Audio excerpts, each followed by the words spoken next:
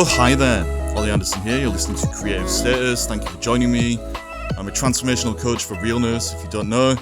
That basically just means that I help people to unblock themselves and put themselves back on the path that they really want to be walking, when they can strip away all of the conditioning, the programming, the self-hypnosis that causes them to be fragmented and divided within themselves.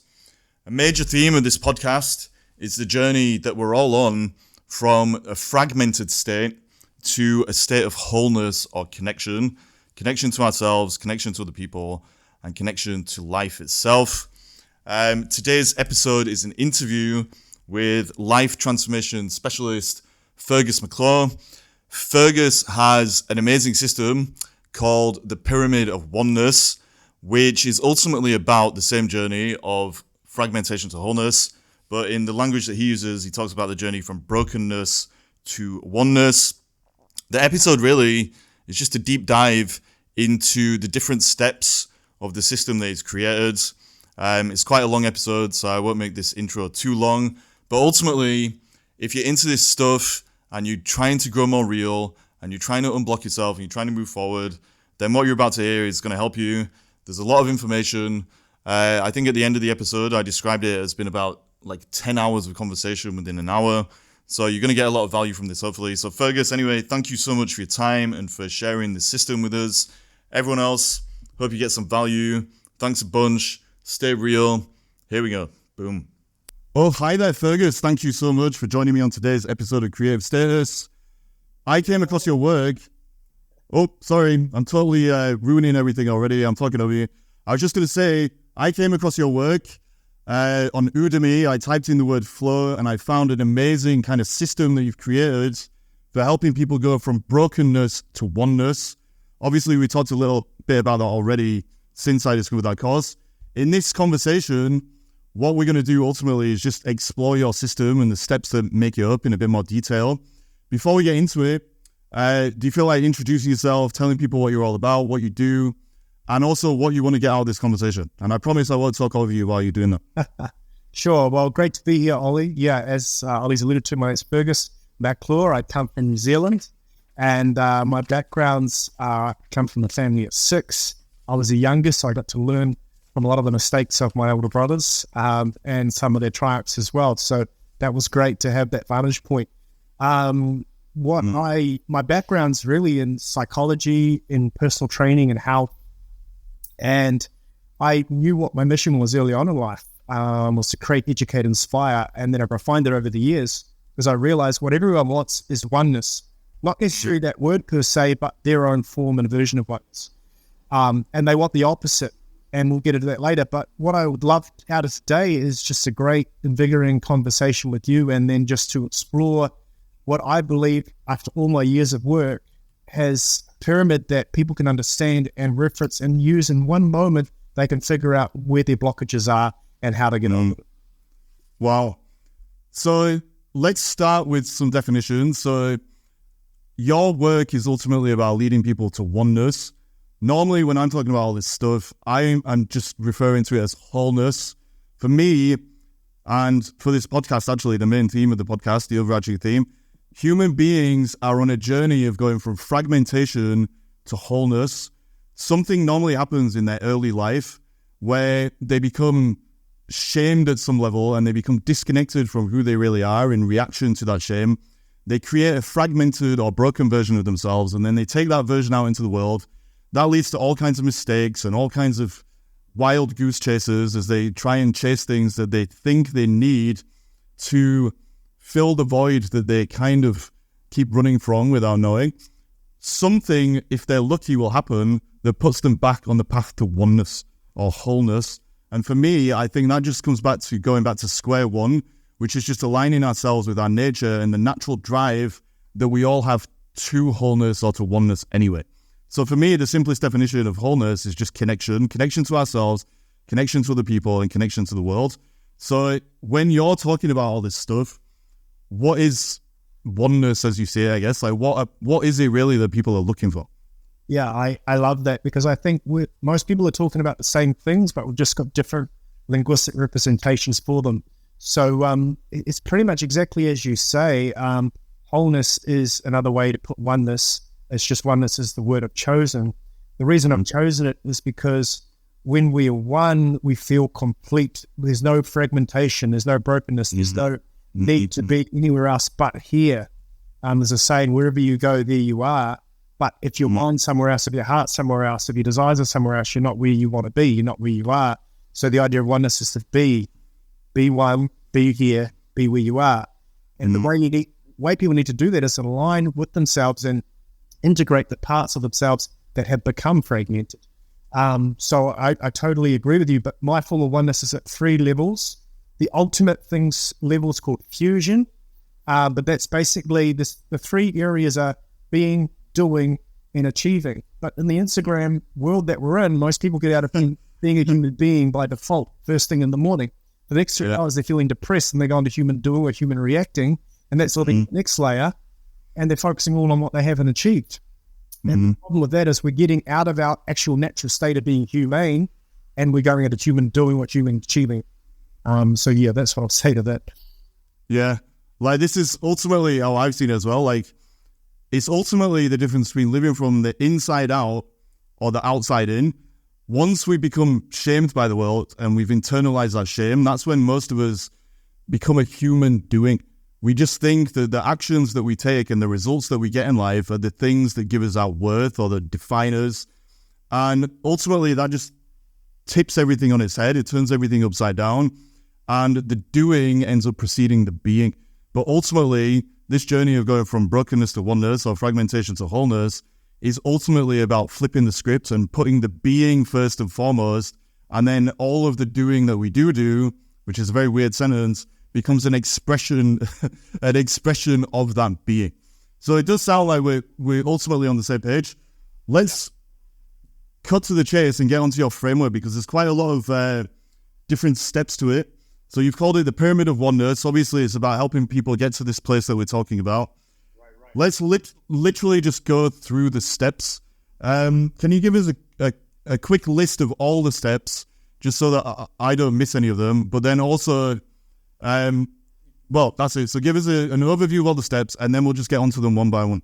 Can I just maybe take it in a slightly different angle? And I want to do the opposite first. I want to show you the Pyramid of Brokenness, because I think most people can relate to this from the very start, and then we'll get straight into the Pyramid of Oneness. Yeah, brilliant. Okay, great. So most people are in the reaction. They're living a life of reaction, right? So they're not conscious, and they're not congruent with what their true desires are. They've got a mismatch of desires within. They don't have any general grand plan or blueprint, and they're living an insecure life, right? And so they're just living this reaction lifestyle based on, the bosses put more demands on me. The missus or the partners, they're demanding more of me. Or I saw my friend get a really nice car, I'm going to get a Ferrari now. So they're literally taxing their life, and they're living a whole life of reaction. But what that ends up resulting in is the next layer, instead of going into flow state, they go into force mode. They're trying to force things to happen and overcompensate. And when that doesn't work, they go into retreat mode and hide mode, and they bury themselves in some excessive food and substances, right? So they live in those 2 worlds, but that ultimately produces a form of failure and the version of brokenness, right? So if we look underneath that, the reason why they are in reactive mode is because they don't have a plan, they're not directed, they're not truly aligned or inspired, so they're uninspired, and they're living an unsecured life. And there are 9 different areas of being unsecured, but in basic, the principle is they're unsecured. It doesn't mean they have to be perfect in those areas, it just means that they have to be secured. So does that make sense? If I just give that as a bit of a backdrop first. Yeah, it makes perfect sense. Can I ask you a follow-up question? So how does the false identity that we have become attached to in response to whatever happened to us in childhood, how does that false identity feed into this? Because for me, when I think about most of the problems that people face when they're living those lives of quiet desperation, it's because they've created an identity to survive whatever they've been through, which is normally shame, guilt, and trauma. And then they're constantly reacting to everything that happens, or trying to force life to conform to the stories that they're telling themselves based on that identity. And so a lot of this is simply about replacing that identity with something more real, I don't know if this comes into the way that you see this as well. No, beautiful, beautiful. I'm so glad you brought that up, because I've been working with 4 clients over the last 8 weeks, and they've all had some of these 4 clients have all had exactly the same pattern, right? It's become an identity issue. It's the way they see themselves. Yeah. And this is at the basement level of someone's subconscious, and I call it your sense of self. And either you'll be dominated by an unworthy sense of self or a positive sense of self, and they both can exist. But what happens is your environment will dictate which one you tap into if you're unconscious on it. And what happens is when you get a trigger that triggers that childhood traumatic experience where you felt unworthy, you're going to spiral out of control. And what happens is reactive mode works up until your environment doesn't correspond with how you want it to go when you live. Yeah. And then you spiral into that. So I'd be dealing with one entrepreneur who's making $1 million a year, but that's not enough. He wants to make 10 million, but he's hitting blockages. And all his blockages have to do with self-worth. And what he did as a child was his primordial energy would go into freeze mode, not fight mode, not flee mode, but freeze mode. And he was better at around certain adults in his life to be seen and not heard. So he would literally go into the state. And what was happening was when he would get too much of a challenge and he felt his self-worth was being threatened, he would go and he started in retreat mode. Over the space of 4 weeks, he started to transform this from the inside out. But we'll get to that later. Just finishing off my answers to your point here, there are 3 stages that need to be reversed. And this is what by default people do. They receive naively. That's the opposite of our mission in life, right? The opposite of purpose in life is brokenness. The reason for our life is oneness. So people have to receive blindly, then they react naively, and then they either overreach or they retreat. And then the results are. So those are the 3 stages that people need to reverse if they're going to get back into flow and into oneness. Yeah. So is the overarching theme of these 3 stages, if we were going to simplify it, I guess, could we say that it's about overcoming our conditioning and the patterns that we've picked up that ultimately cause us to react in a kind of unreal or broken manner? And a lot of this work is just about reconfiguring our relationship with ourselves so that we don't react based on all of that stuff that happened in the past and the scripts and the patterns that we picked up because of that, but we're actually just able to be more responsive to life and I guess move with that natural drive or that natural flow that's always unfolding towards oneness or wholeness anyway, if that's not too much of a... Yeah, no, for sure. So to really answer that question, the 3 opposites, so if the 3 R's are receive, react, and then retreat, the 3 P's are the opposite. Also, you have to remember is this. So the mission of life is to perceive accurately, to perform, or to proact accordingly based on what you perceive, and then to perform effortlessly. That will then produce abundantly, and you'll go into fusion, right? A long term. So it's just trade the 3 R's for the 3 P's, and you reverse the process of the conditioning of your environment. Yeah. I gotta be honest, the audio went a bit funny then, but I got the gist of that, and you should have recorded properly. Okay. So yeah, the 3 P's, ultimately they're the direct opposite of all the reactive stuff that you talked about. So instead of running away from life, we're kind of running towards it. Is that a fair assessment? Yeah, exactly. So what the 3 P's have done now is set us up beautifully to start addressing the Pyramid of Oneness. Yeah, brilliant. So shall I go forward on that? Yeah, let's dive into it. So if you could give us an overview of all the stages, and then we'll just attack them one by one.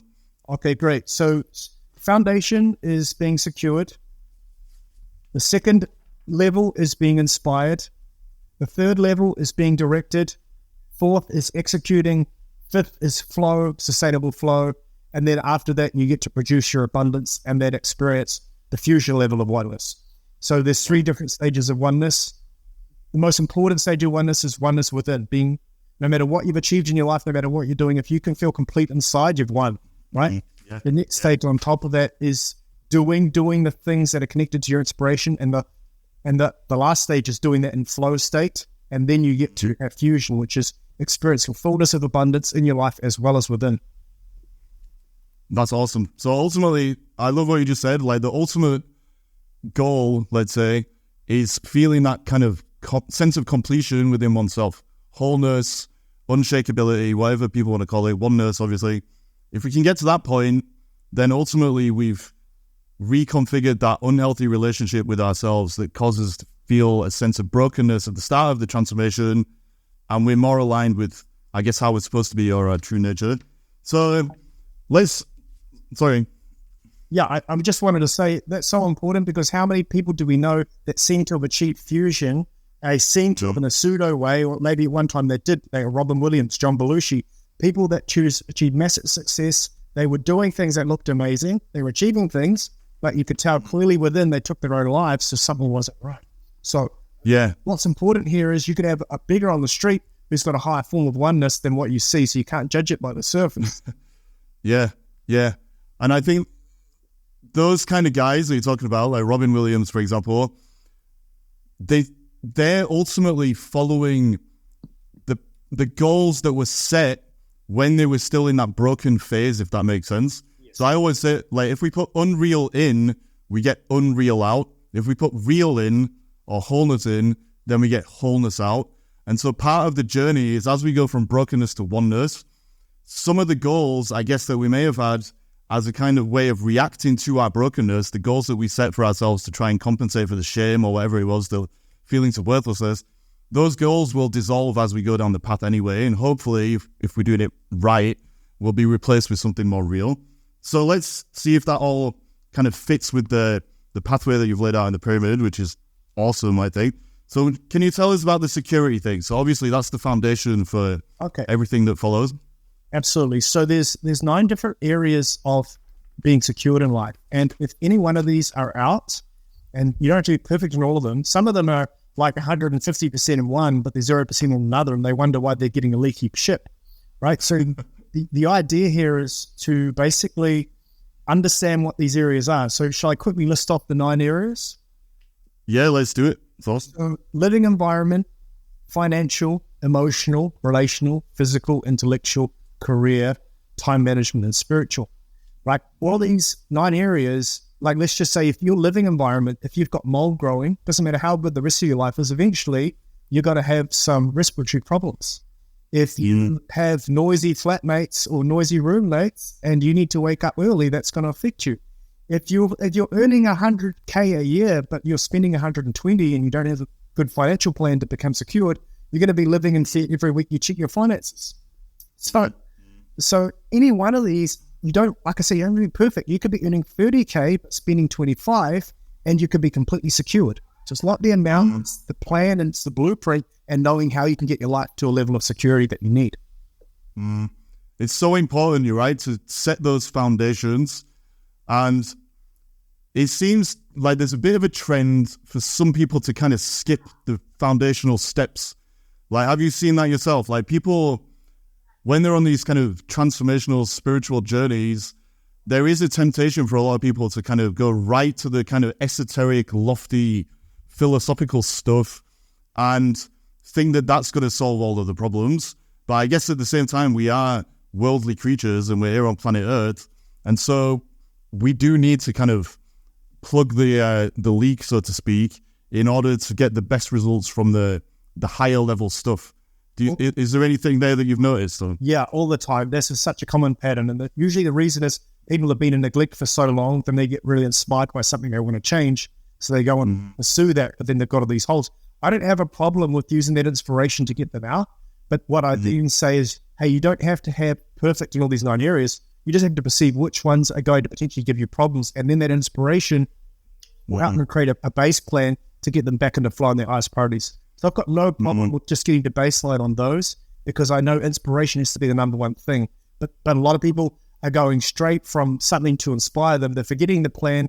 They're not looking at their foundation. They're going straight into 150 million X. Then they go back into retreat mode and they go, nothing's working, because they're not seeing what's, and a lot of people are getting out of flow. They think, I just need the new Nikes and I can jump like Michael Jordan, but they haven't plugged up the fact that they're partying all night. They're waking up at 6. They're getting 3 hours of sleep. They're expecting to jump like Michael Jordan. The Nikes aren't going to help them any more than getting the sleep does. So to get a solid baseline of this kind of security level, it potentially takes a lot of discipline and focus and consistency initially to start building some new habits and to take control of all that worldly stuff. like, obviously we don't need to be perfectionistic about it, but how do we know when we've got that solid baseline to be able to go to the next level? Right. Great question. So what I would normally do with someone is I go over their pyramid and I look at, okay, where are you plugging holes? They have a rating, -5 to +5 in any of those areas. +5 would be like you're financially abundant, right? -5 would be your big one on the street going to jail. And 0, you're flatlining it, you're breaking even, right? So we need to figure out what number they're comfortable with that, which will create security. For me, it's level 3. My level of security means I can walk away from my work, do nothing for 6 months and not have to worry about my lifestyle. Everyone's different. Once you identify what it is that's going to create your security, you now know what your blueprint needs to be to get you into that. And you can get really basic, like don't spend on my means, set a budget, and manage my desires. Wow. That could be a basic level just to get someone into security. Once you see the blueprint, you don't have to do massive action. You just need to do enough to get secured so you can focus on what's most important to you. Yeah. I think it's so important. It's amazing that you start with this. One thing that I've been thinking about recently quite a lot is that so many people are they're in that state of sympathetic dominance, like they're completely stressed and their nervous system is just pumping them with cortisol constantly and all the other kind of stress hormones, and they're stuck in fight or flight. And if people are living like that and they're exacerbating the problem because they don't have their finances sorted and, their emotional life is a mess and all of these other things that you're talking about, then they're ultimately just going to make the situation worse. And so getting to this point that you're talking about, it's almost about giving them a breather so that they can energize and then kind of springboard into the higher level stuff, if that makes sense. 100%. Okay, so I've recently got a client who is getting into new partners, right? And he for one time, he thought, I won't wear protection. But he said, no, she's on the pill, so it's absolutely fine. But then he had that feeling, he's like, I'm no longer secured because the downside of this could be massive if she changes her mind.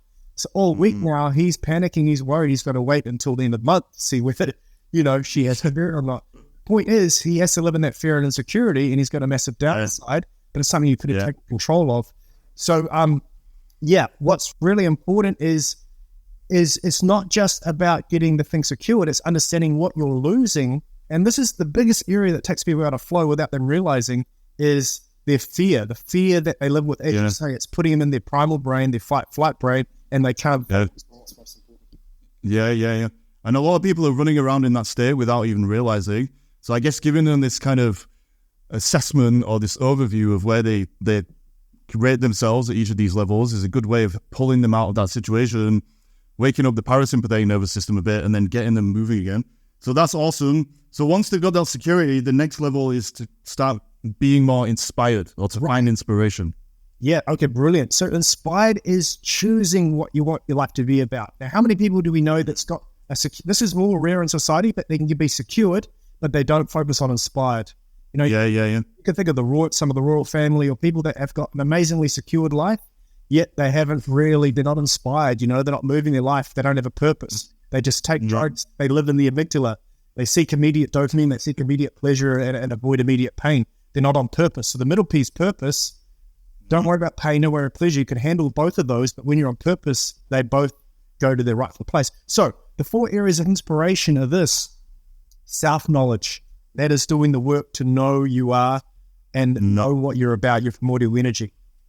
The next category is values, which is knowing you're moving towards values, the most important priorities in your life, and the ones that you most want to avoid. Now, people just focus on the positive, but what's even more powerful, as we know in human psychology, people do more to avoid painful scenarios than pleasurable, is you're moving away values. And when I talk about values, I'm talking about your end values, the end emotional states you want to avoid, like embarrassment, rejection, guilt, shame, those are things. The moving towards are things like peace, love, joy, fulfillment, right? So people got to get really clear, and mostly they're a bit of a jumble in most people. The next box is mission, knowing your mission on this earth. And then the last box in inspiration is vision, having a clear vision for the next leg of your life, next journey, next 2 to 5 years, or however your vision can extend for. You want to have a real vision that inspires you. That there encompasses the inspiration level. This reminds me of a quote by Abraham Maslow. I can't remember it verbatim, but he said something like the rarest thing in the world is knowing what we really want, or knowing what we really want in life is a rare psychological achievement, something like that. Yes. And it's so true, like exactly like you said, so many people, they may have reached a certain level of kind of safety and security, and life looks good on the surface, but because they're detached from their real purpose, they just end up kind of being empty inside. They feel that presence of the void, an itch that constantly needs scratching, and so they try and fill it with all kinds of addictions like shopping or drugs or other people and healthy relationships. The list is endless, like you said. And ultimately, the way out of that void and back into the truth about life, as I like to refer to it, is to find the purpose that is kind of within you. So figuring out your values, figuring out your mission, creating a vision so that you can build forward momentum and all that kind of stuff.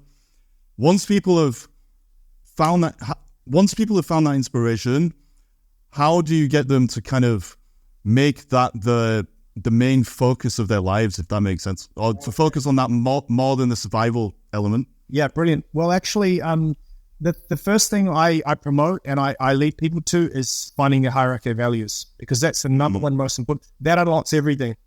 So if there's one thing I offer first, it's getting someone in alignment, because that'll give them the inspiration to secure themselves and to move on. So just clarifying your question. So the question is ultimately, once you've awakened people to that inspiration, so you've helped them to see what their true values are, I suppose they're going to see the gap between all of the things that they're doing just for the sake of survival versus the potential or possibility that they could be living if they start acting on that stuff. So I guess what's the shift? It may even be the next stage of the pyramid, actually. Beautiful. Yeah, I see exactly what you're saying. It can be a number of things. Okay, so the disconnect can be they get inspired and then all of a sudden they go and do 150 things and they don't wait for another word of instruction, right? Or they basically go really well for a while and they get triggered because they still haven't secured their sense of self. They've still got some rhetoric that kicks in as soon as they get a trigger of rejection or a failure or of guilt or of shame. They go into their old pattern of, I'm a scared little boy, or I'm an undeserving girl, or man, I got to do better than this. I'm crap at this. I'm a shit human being, or whatever it is. They spiral and their environment starts to dictate how they behave. And it won't be long after that before they drop off their actions. Okay, so it really depends on the individual. That's why it's important. Once you get inspired, the work's just begun. Yeah. It's so true. Okay, so does that make sense? So shall we go to the next layer? Yeah, let's do it. So that's about direction and the blueprint. Is that right? Right. Okay, so once you're inspired, you've actually earned the right now to create a blueprint. But here's what most people do. Honestly, the majority of people will go straight from inspiration and they will take 150 actions thinking they're in flow. They're not in flow yet, but they think they're at unconscious competence because they're excited about something. Okay, that's great. Yeah.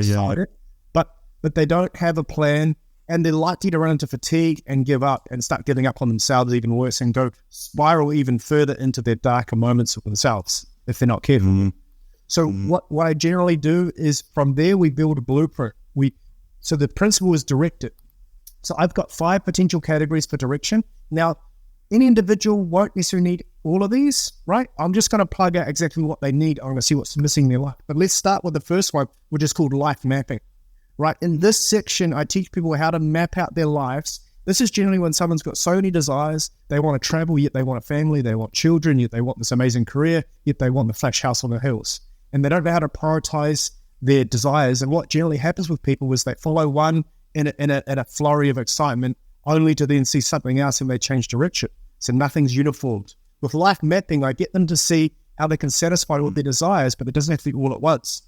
How they can create a beautiful flowing life, and they can map out sections of their life, and within those sections, they can see how they can attain and enjoy and experience these different things along the way. So that's life mapping.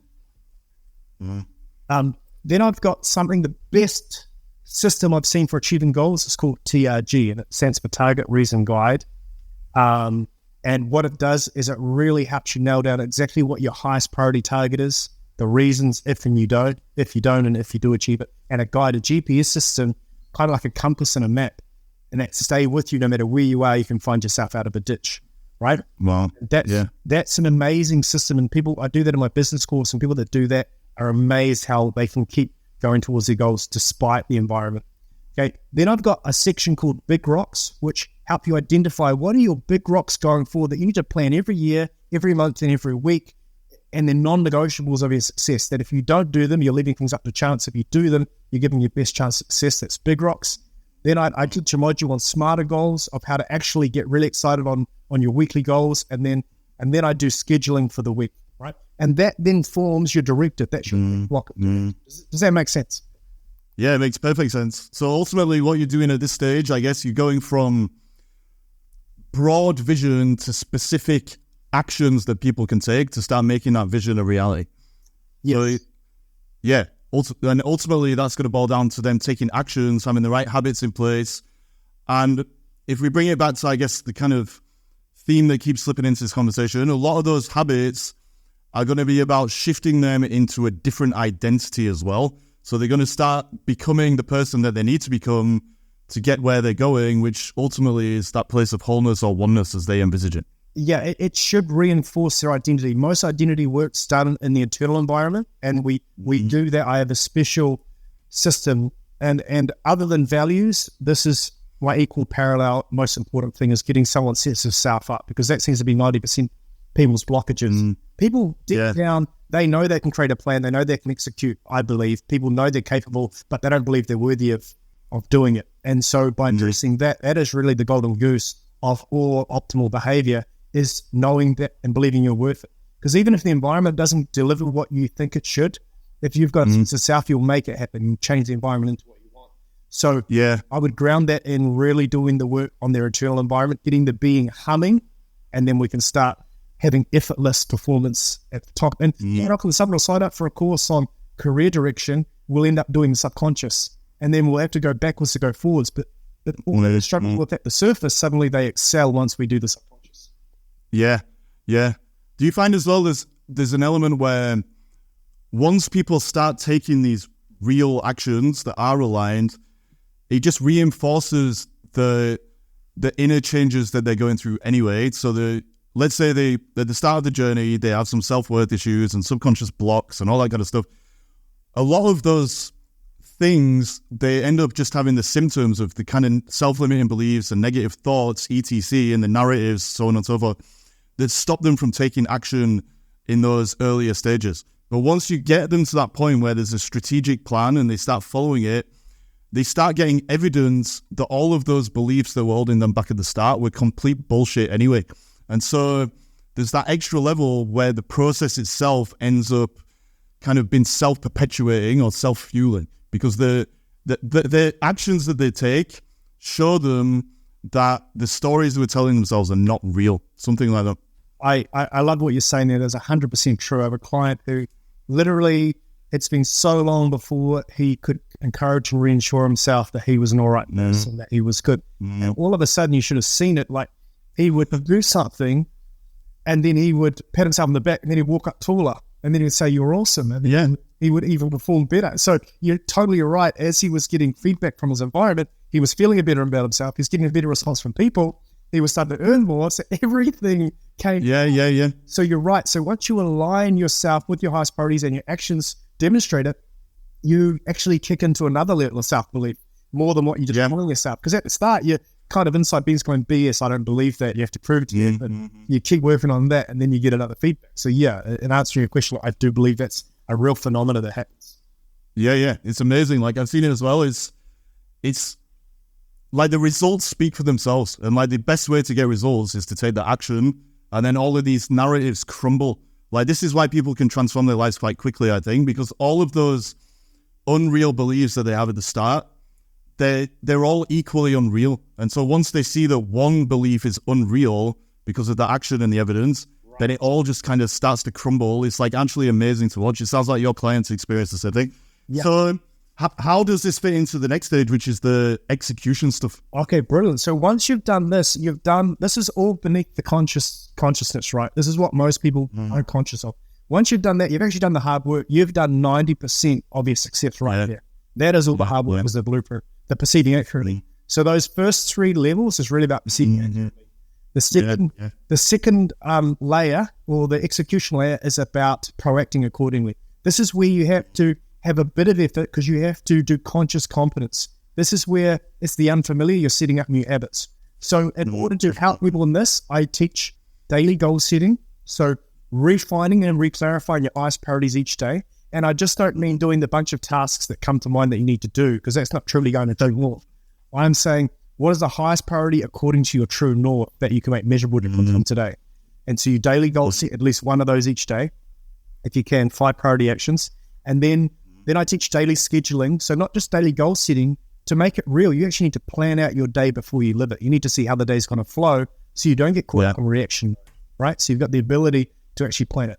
So now you've actually got one step. You've planned your highest priority. You've now visualized it and you've seen how the day's working out.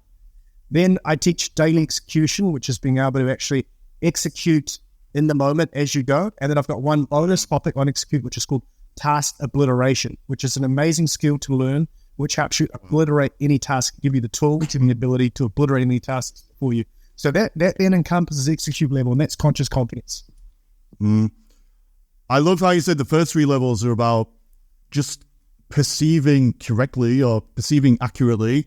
I think the way that I look at this journey that we're talking about, the journey from brokenness to wholeness or oneness, is that it is about that. It's about reframing the way that we perceive life, because most of us are running around reacting and misperceiving because of all the things we talked about, like old patterns and old conditioning and so on and so forth.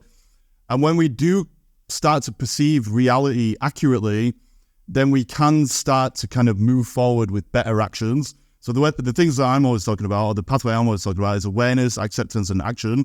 If you don't raise awareness first, which just means seeing the truth about yourself and then accepting the truth, then any actions that you do take are just going to be redundant, or they're going to take you somewhere that you don't want to be, like unreal in, unreal out, like you were saying. It sounds like this next stage of execution is that you've got people to this place where they're perceiving accurately because they've worked on their illusions, let's say, for brevity, and now you're just putting systems in place to kind of keep them on the right path. The image that I'm almost seeing is like, you know, when you go bowling, they've got those inflatable barriers for kids, and then the bowling ball kind of it doesn't deviate and go down the pit. It literally just stays on the path, or it bounces back. Yeah. It's almost like these things you're saying, like they're systems to keep people accountable in the sense of staying on that real path with real actions and avoiding those old patterns creeping back in, something like that. Yeah. No, I love it. And I just want to make clear for our listeners also that I don't want them to feel overwhelmed by all these different things here. All they need to know is what are their highest priorities and their inner sense of self. And they can create all these things. They can pursue these things. They'll make sense of them, but you don't have to know. Don't think of learning each of these as a box in itself to be perfect. No, just know what is most important. Live your own life, and then get your sense of self right. And you can explore these things at your leisure if you need them and when you need them. Yeah. I think even though there's a lot of different steps in the system that you're kind of sharing with us, it is framed in the overarching pathway of brokenness to oneness. And I think if people just keep that in mind, then ultimately the complexity doesn't matter, because it's very simple in the most fundamental terms, if that is a fair assessment. 100%. So yeah, that's awesome. So once they've gone from execution, we're getting into some of these higher levels. So I've got the bliss, abundance, fusion. That's what I've got written down. I don't know if that is correct. Oh, okay. So after execution, we get to flow, and then we get to produce abundantly, right? So the next layer is flow. So now this is the course that piqued your interest in my work. So shall we get into that? Yeah, let's do it. Like for me, like getting in the flow state instead of forcing life is almost the end goal, because when we're moving towards wholeness, and when we get to that point of wholeness, we move with wholeness as well, if that makes sense. It keeps going deeper and deeper and deeper. And the flow state for me is just about kind of pulling us into that so that we can become even more real. So yeah. I love what you're saying there, and I totally agree. And I actually believe this is the highest level of our meaning that we can experience, because you can't perpetually enjoy your fruit of your labor, but the means of it when you're in flow state without thinking and being of a great contribution to others and yourself is the highest form of abundance. So this is really the perpetual bliss. Okay, so I've got 2 levels of flow, two forms. One is to help you create flow on demand, to go from conscious competence and to give you baby steps into unconscious competence. The second then is to maintain it, right? So I've got different areas. So let's go through that. I've got something called the system of excellence. So the system of to excel with excellence, right? It goes through 5 different things, and you can do it within 5 minutes, or we can extend it to an hour each day. But you can't tell me anyone doesn't have 5 minutes to get into flow. But what this does, I've done it when I've been stressed for time. It's 5 to 10 minutes, and honestly, man, it goes over your plan for the day. It asks you some really empowering questions, about 5 of them. The most important beliefs you need to remember for that day, what you're grateful for, what you're excited about, and there's a couple of others. And you do about 3 different exercises in about 1 minute, from strength to cardio to flexibility. And it just primes your body. And that little habit there, the system of excellence, gets you on the flow, right? Yeah. So that's that. Then the next box there is circle of control. And again, it's easier to understand this from the reverse. Most people are in their circle of concern. They're never in the flow because they're on Instagram comparing, contrasting, or they're always worried about a clock. They're focused on an external thing. They're not getting inside their body. They're not getting connected with their task or activity, right? Then the ability to focus on lead and not lag indicators. Most companies and businesses and people are always focusing on lag, or people that are losing weight. It's like, I'm chasing a number on the scale, or I'm chasing a waistline, or I'm chasing a photo, or I'm chasing the boss's demands, or I'm chasing the targets for the week or the month or the year. Problem with lag is it's always getting you into a sense of lack. You're never enough. You're never enough. You focus on lead, you take things back in your control, and you get excited. So that's lead indicators. So I teach a module on that. Then I have a specific tool called the End in Mind tool. And ironically, you might say, well, there's a juxtaposition between lead and End in Mind tool. But the End in Mind tool is simply to generate inspiration towards your task at hand. So it's a special way to how to get that. And then I've got something called the pickaxe, which helps you within. So there's a story that when a mountaineer goes out on the ice, he has about 7 seconds to whip out his pickaxe to dig in. Otherwise, he goes into free fall and potential death, right, on the ice mountains. Yeah. Same is true when we enter into an emotional state and we're feeling out of control. We've got even a split second to recognize the trigger and dig in our arrest, right? Say the right truth and get back into flow. Otherwise, we spiral out. Well, there's more temptation when we spiral out and binge on cupcakes, or go and get that big pizza we don't need, or whatever it is. So that's what I made this. Flow creation. Yeah, what I love about your approach to flow is that you realize that we have to take an active approach to getting into the flow state. So a lot of the time what I found is when people are talking about flow, they kind of romanticize it almost. There's this kind of magical state where we can just be so open-minded that our brains fall out, and we don't have to do anything to put ourselves in that state. But I think the real approach is exactly what you're talking about. We have to create the flow, or we have to build the flow by putting some effort into it so that it eventually gets to that point of effortlessness, if that makes sense. Yes. And so the systems that you're sharing, they're the effort that is going to direct us into that flow state. It's a very real way of doing it. It's almost like to get really in the flow state, we have to play with tension and release. I think there's something there. So the flow state isn't an absence of tension. It's almost a sweet spot where we're creating just enough tension with the systems and structures that we have in our lives to kind of be playing with the edge of ourselves, if that makes sense. So it's almost like we're putting ourselves and our identity, all the things that we're talking about, to the very edge of what's possible in terms of our relationship as an individual and reality itself, if that makes sense. I know I'm making this a bit kind of philosophical almost, but when we can create that creative tension, that's when we keep flowing and things keep happening, because we're not in the ego or the false identity. We just, in those moments, it is the being and the doing become one, but you can only get there by using the doing in a structured way. Is that a fair way to say this? I know I'm using a big word salad in. I think you've had an amazing point in the science to back up what you're saying. There's a term in nature called hormesis. It's where a plant will be better for you if it's undergone some actual tension and some stress from the outside. Yeah. And we get the benefits when we eat a hormetically produced plant or fruit, right? And so the point is there's distress and there's eustress, and it relates to different endorphin signals or chemical signals in our body. If we get too much distress, we increase our cortisol, we go into fight. If we increase our eustress, we actually hit our dopamine centers, our serotonin, everything flows beautifully. What we're saying is we need to hit our sweet spot, not in the harm zone, not in the comfort zone, but in the growth zone. And each of that. If we play within those bounds, we only do ourselves favors. And you're right, we create a bit of tension, because the purpose of life is not to be comfortable, it's to see what we're capable of, part of it.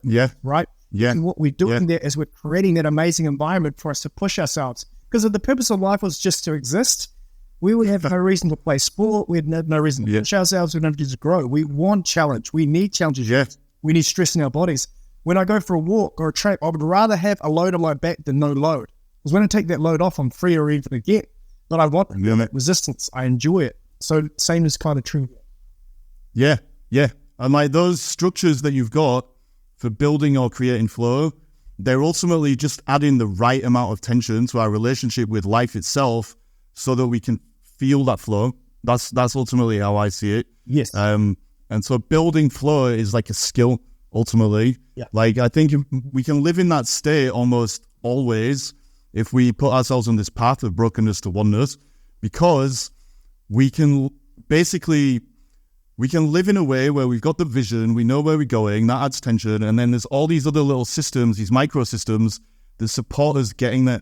And then we're no longer just reacting to life, we're kind of responding to life day by day as it happens and almost dancing with it. And that dance is the flow state. So that's just amazing. So I'm getting too excited about that. So what's the next level? So the next level is the abundance level. So the next level is just flow maintenance, but I'll just touch on two. I've just got a tool called catch and replace, which is once you've done your perceiving accurately of who you are, you know you're worthy, and you know that you're not unworthy, and you've also identified your triggers. Sometimes you'll get a trigger that's not in the form that you recognize. So we've got a catch and replace tool. So as soon as you see it, you catch it and you replace it, right? So that's flow maintenance. And I've got another one called empowering self-management systems. This is more of a practical one, which means that a lot of people get out of flow because they don't have a good management practice. Either they get a brilliant idea that interrupts them and they go down a rabbit hole of this idea and it takes them out of flow. The idea was good, but they don't know how to categorize it. Or they'll get an irking thing like, damn it, I didn't pick up that thing from the grocery store and now I've got to do it, and it takes them out of flow. Sounds real basic, but they really do take you out of flow. Or an unannounced text message from someone and it will rattle them. Right? So I've got something called empowering managers. I teach people how to categorize their thoughts as they come up, and if they're important, they can get back to them. If they're not important, how to dismiss them in the moment so they can stay on flow. So there's just some point out there. And just the other important point is to know that we're talking about a sustainable level of flow that you have control over. We're not talking about the flow that anyone can get in through a video game or through something superficial, because everyone can experience flow, but not everyone knows how to access it at will. So awesome. Okay. Go on, sorry. I was going to open a can of worms with what you said about the thought thing. But ultimately, the short version of what I was going to say is like catching our thoughts and pivoting them in alignment with our vision is a superpower. Like I've seen that change people's lives quite dramatically. And it goes back to what we were saying at the start, or maybe not start, but earlier on, about learning to distinguish the real from the unreal, perceiving things properly. It's super important. So everything that you're sharing is awesome. So anyway, what's the next level? Sorry. Okay, so basically at the end of that, you don't have to worry. You don't have to focus on results. You don't have to focus on Instagram, because you are now, whatever you produce, you are happy with. You should be just producing 5-star results, excellence, abundance, and it just happens. So this is perpetual fruit. And you won't even be worried because you'll be so confident that it's going to, because you're now on flow and your highest priorities at demand. You're in a level of confidence. So the next level is just produce effortlessly. You're producing abundantly. And then once you've got that and you're starting to produce the fruit, right? And some of this you might need to direct, because you go, okay, now I've been earning 500 grand. I should probably buy the house I've always wanted. So there might be a little bit of work on this, but basically you're in control and you can determine where your fruit's going. And it's not necessarily material. It'll be producing the harvest in whatever area of your highest priorities. It could be in relationships. It could be in, whatever the task is that you are focusing on, you'll be producing, right? And and here we get to the top. This is the top of the cake, and I call it fusion or bliss. This is where you've all the right now, not only to feel one within, not only to be doing the things that you want, but you've created the world that you want. And we call this beautiful sweet spot where you just experience fusion. It's everything fusing together, and you experience oneness within, in action, and in what you're experiencing without the environment. Wow. And this is where when the environment starts to conform to you, you don't conform to the environment will start to shape around you. Yeah. There's so many things going on there. Like I could kind of start picking to pieces. Like it's awesome.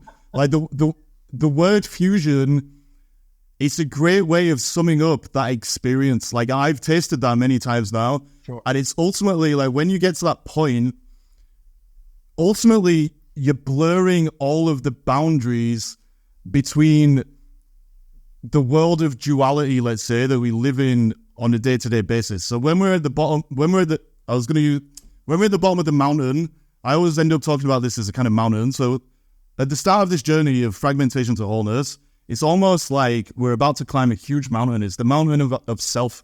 When we're at the bottom of the mountain, we're fragmented and we're looking up at the top of the mountain. It seems impossible to climb. But then we go through all these kind of stages that you're talking about. And step by step, we get to this point of fusion where we are now. And we realize that everything is ultimately connected. We're not, the conscious mind, the unconscious mind, the universal consciousness, if you want to call it that, they're all pointing in the same direction. It's not about chaos and cosmos anymore. We've transcended all of these things. And ultimately, the inner and the outer world are all just one fluid process. And we realize that we are fused to everything. Like ultimately everything is a reflection of our depth, the depth of our relationship with life itself. And if it comes down ultimately to what I said earlier, like if we put real in, we get real out. And the end goal there is that we can take ourselves this place of wholeness that you're talking about. And this pathway that you've shared, ultimately to get up this mountain to this place of wholeness or oneness, it's amazing and it's very real. So I've got one question there, though, about this place of fusion. Do you think people can become a bit neurotic and fragmented about what this fusion between the inner and outer worlds can end up being like? So I guess the question is, how do we get to that point and stay humble? Because I think a lot of the time people think they're going to get to this point where they can be omniscient, they can be omnipotent, they've done all this work, they've connected to wholeness, and now they've almost got complete mastery over life itself, which means that they can get literally whatever they want, whenever they want, and they know everything, and they don't have to worry about things, and blah, blah, blah. That is true to a great extent, but I think there is still an element where we can only sustain the fusion by being humble, if that makes sense, which means we still have to be open to life taking us places maybe that we don't expect or that we don't initially want to go, because there's some more growth for us to go through. Yeah, great question. And this has two parts. So one is the baseline. There's three different modes that people can be in a sense of self. Either unworthy, either worthy, so centered, or thinking they're better than.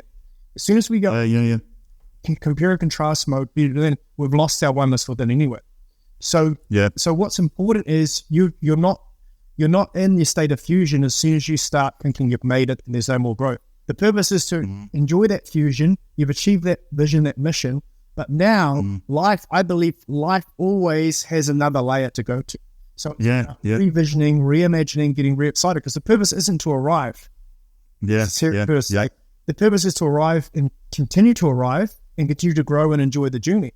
The purpose is never that I'm going to suddenly get the fusion and now I don't need oneness being. No, oneness being needs to be everyone's foundation. Their sense of self needs to be worthy, whether they have the world or not. The fusion is just the icing on the cake to go, wow, I've demonstrated that I really am worthy. I've created all the things in my vision. Now I need to grow and help even more, even more, and continue my journey of oneness. So it's more like a spiral that keeps going up. Flat mountaintop. But I do love what you're saying about the mountaintop, and I live by this quote when I was younger, and it served me well. Do not make your big decision in the depths of the valley, but rather make it the glory of the mountaintop. So I didn't want to just get to level 10. I wanted to get to the mountaintop and then have the ability to access any level at any time I want. So me, that was true mastery. But what I would see myself doing in my early years, and so many people, is being lured in and tempted in to trade in their potential for one level higher than that. Because when you're caught at one level and you feel trapped there, any level above you looks exponentially better. So when you're driving in Austin Princess 1979 and you see a nice, beautiful MR2, 1995 when you're somewhat younger, you're willing to trade in your seed money to enjoy that experience thinking you're the man, but then you get locked in that level when you crash your car with no insurance, you're now in debt for the next 5 years. So my point is, I see a lot of people trading out on their partners, trading, selling out on their lifestyle, and they're bound to that now for the next 5-10 years, and sometimes invariably, and they could have gone to the top of the mountain, but they didn't believe it's possible because they didn't believe Yeah. And I think there's that element as well, like once you get to the top of the initial mountain, which means that you kind of feel this connection to wholeness or oneness, you realize that there's always going to be another mountain, like we said, a higher mountain or a different shaped mountain or a one that challenges you in a different way, whatever it is. And you get to choose which one you climb, and you will burn you'll burn off layers of fragmentation and you'll become more real, whichever one that you do choose. But it becomes a different kind of journey in the sense that you're not doing it to heal your life anymore, but just to express this oneness that you've tapped into. I guess the first mountain of brokenness to oneness, as we climb it, we become more whole, so we become more healed. But then once we become more healed, or we're more connected to our nature, and we're going back to that elemental way of being, which is just wholeness, then we become outcome independent, basically. We still want to go and climb mountains and experience life and experience things, but it no longer defines us. It's more just about expressing this connection that's there to wholeness. And the more that we do express it, the more we go into it, something like that. I love what you're saying there, because I completely resonate with that, and I completely believe that. So the first journey, which most people never get out of in life, is the way I like it is the -5 to the +5. So of oneness to brokenness scale. So anything from 0 below is you patching up from the negative to try and feel a light about yourself, right? Mm-hmm. Depression, guilt, shame, whatever, things that you live in, right? What I see as the first journey is you learning how to build yourself out of it and to start consistently living in the higher levels of love, right? Once you've systemically and sustainably got out of that, those negative emotions are already something that you visit, or they're already seen as action signals to take care of things. You don't have to live or dwell in the valleys anymore. You're now only scaling mountains. You're not scaling values. You're going from the baseline up. So I believe it's the best, most healthiest way you can pursue your mission. You're not doing it out of an insecurity now. You're doing it out of an adventure and out of inspiration.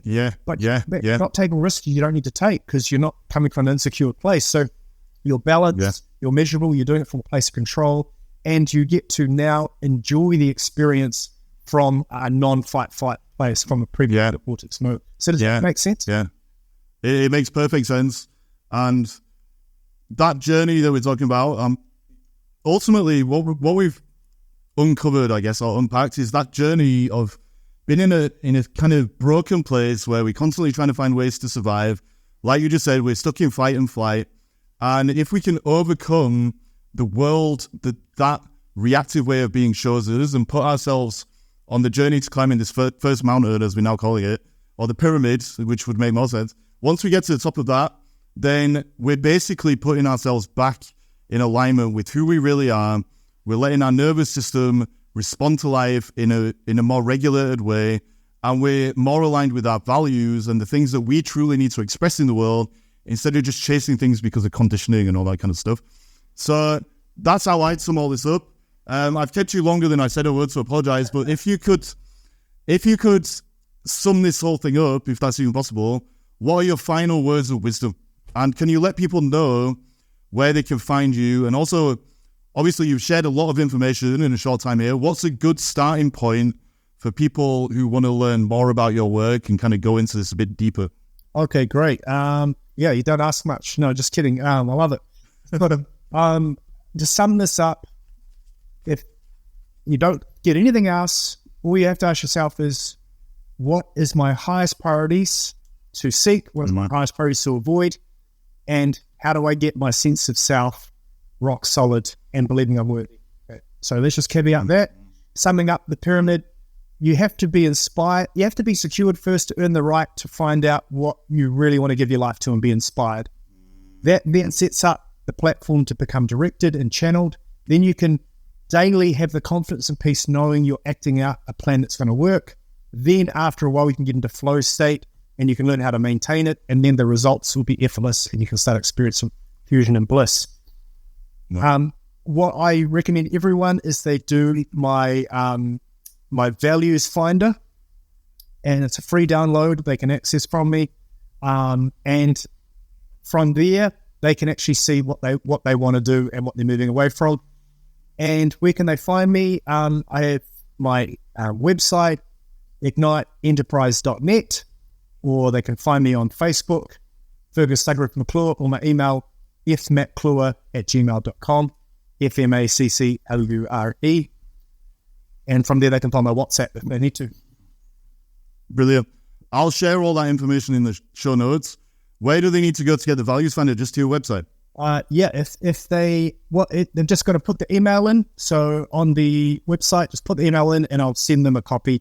They'll get a download of that and they can that'll be the first self-assessment and they can see where they're at. Brilliant. So I'll share all that, like I said. But Fergus, thank you for this. Like, obviously, we've been talking nearly an hour now, but I think we've had we've fit about 10 hours worth of information in the conversation. So I don't know how we managed to do that, but here we are. So yeah, thank you so much. That was awesome. Really appreciate your just way of breaking everything down. So awesome. Thank you so much. Absolute pleasure. And it was a joy talking with you. And I feel like, we're definitely kindred spirits and we've got a lot of the same thoughts. So pleasure. Thank you so much. Thanks again.